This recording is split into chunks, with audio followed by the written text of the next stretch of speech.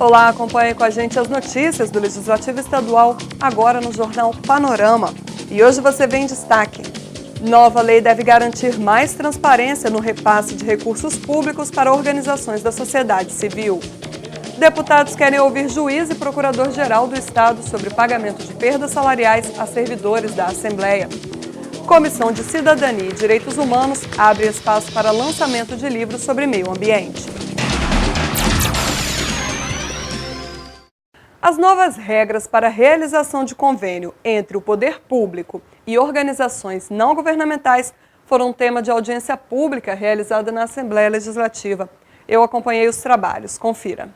A lei federal que trata do novo marco regulatório do terceiro setor foi apresentada e discutida em reunião extraordinária da Comissão de Finanças. O colegiado recebeu o procurador do Estado, Luiz Henrique Pavan, e a diretora de empresa especializada no assunto, Ana Cláudia Simões Lima. A consultora destacou as mudanças mais significativas com a nova lei, que entra em vigor no dia 27 de julho. A extinção da modalidade de convênio para firmar parceria entre poder público e instituição sem fins lucrativos. Não existe mais essa modalidade e ela foi substituída pelo termo de colaboração.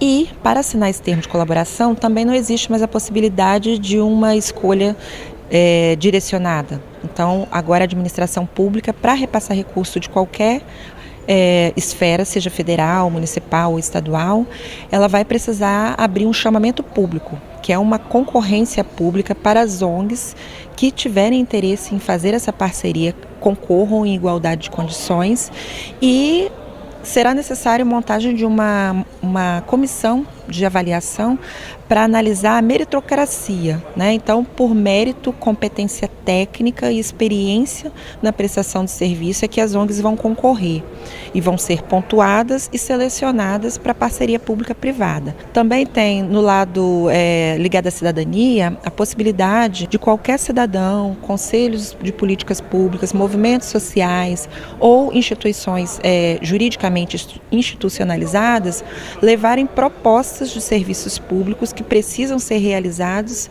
para a administração pública.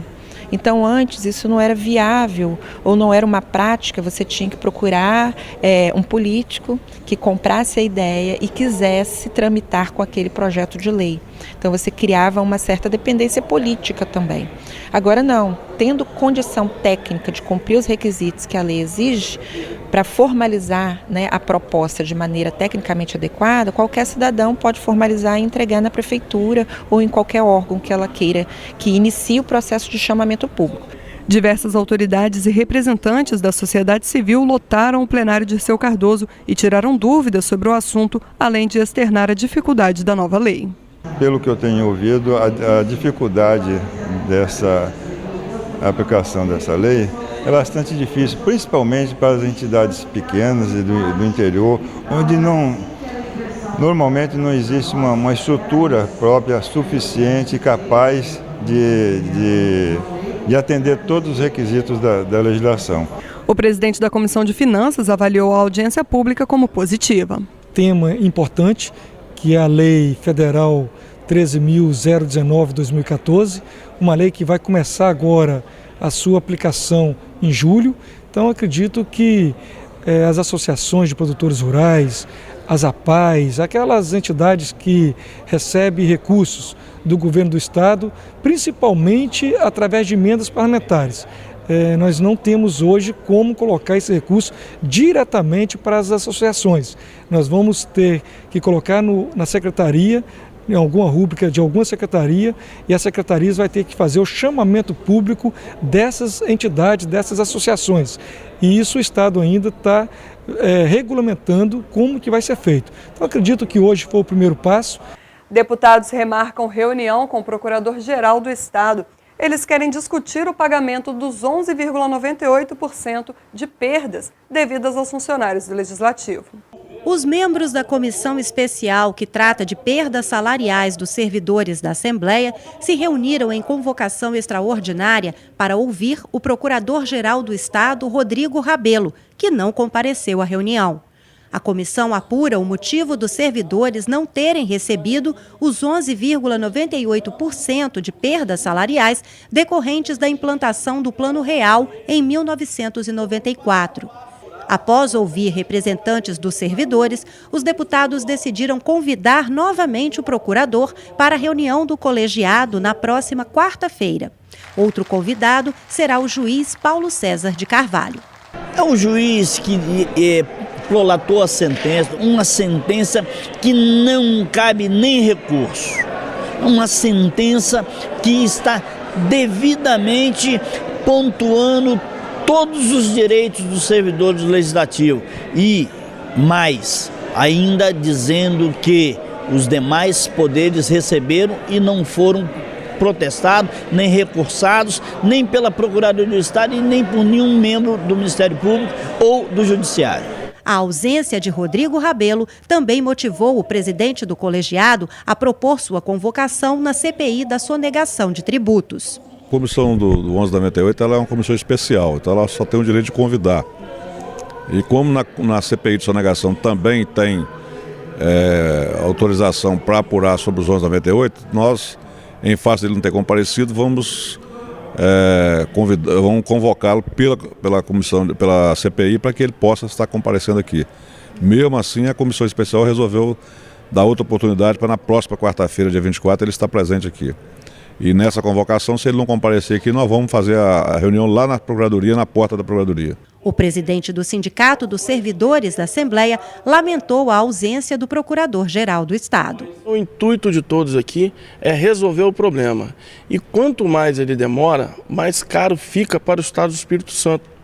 Então o próprio governador falou que tem que economizar esse ano. Então esse posicionamento da PGE de estar protelando o nosso direito dos 11,98 está endividando o Estado.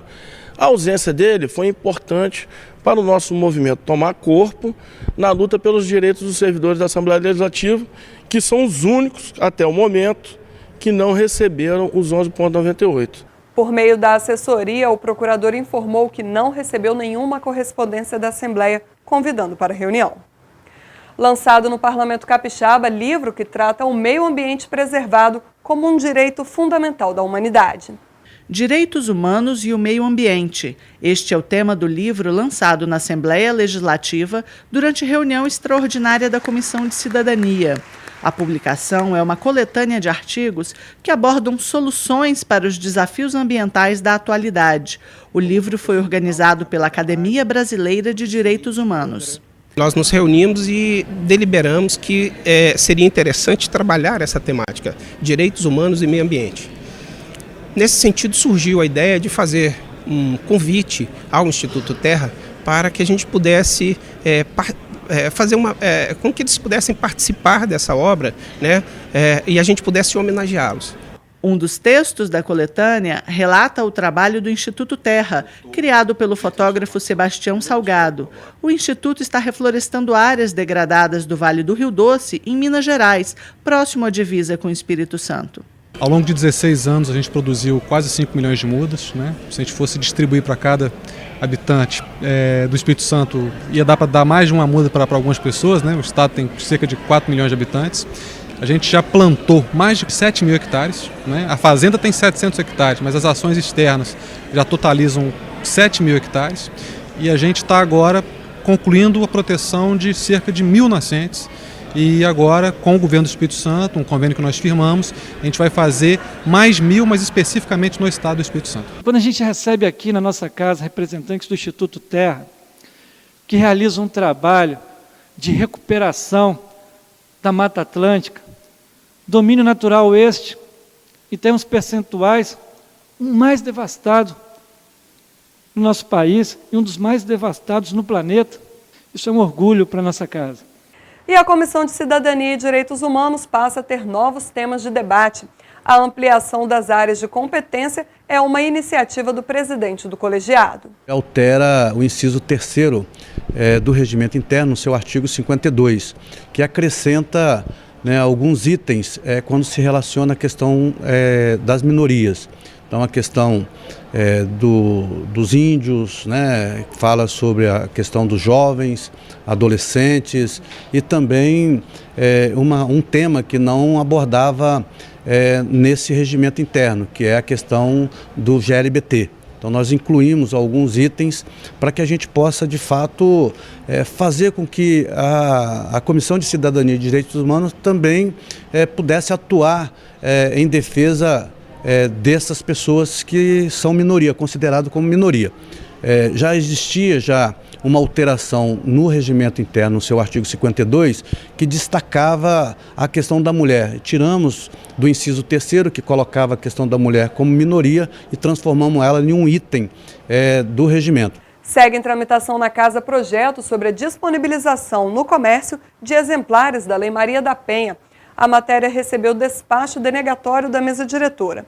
Mas, depois de emendas da autora, deputada Raquel Lessa, a Comissão de Justiça aprovou a constitucionalidade da proposta. A inconstitucionalidade era que nós estávamos dando obrigatoriedade ao governo do estado ficar com essa missão de distribuir. Então nós tiramos essa inconstitucionalidade, colocando que será distribuído em supermercados, consultórios médicos, estabelecimentos comerciais, porque esse projeto é de grande importância, porque muitas pessoas, né, sendo que o nosso estado é um estado altamente, né, violento, contra a violência contra a mulher, nós estamos em segundo lugar do país. Então o que a gente precisa? As pessoas têm que saber o que é a Lei Maria da Penha. Porque, às vezes, é só agressão física, é só na hora que quebrou um braço, é só na hora que até, né, matamos uma mulher. Então, a Lei Maria da Penha, ela fala a importância das pessoas saberem essa lei, de entender essa lei, é que as agressões, não só agressões físicas, mas agressões emocionais, né? Às vezes uma palavra que deixa a gente para baixo. Então, a Lei Maria da Penha ela tem grande importância. Se a gente começar a estudar a lei, a gente vai ver que não é só deixar a gente com o braço quebrado ou uma agressão só física. Deputado Rodrigo Coelho propõe mudanças nos prazos de trabalho e na quantidade de CPIs que podem funcionar na casa. As comissões parlamentares de inquérito, quando elas são instituídas na Assembleia, elas são instituídas com um prazo de 90 dias, podendo ser prorrogada várias vezes, mas é desconfortável você ter que fazer pedidos sucessivos de prorrogação para a realização de um trabalho. Eu agora, neste momento, estou relator da CPI dos empenhos. Demanda um exercício complexo de análise de documentos contábeis do Estado do Espírito Santo, que não são poucos documentos. Eu preciso de um tempo razoável. E a comissão mal começou, já pediu prorrogação.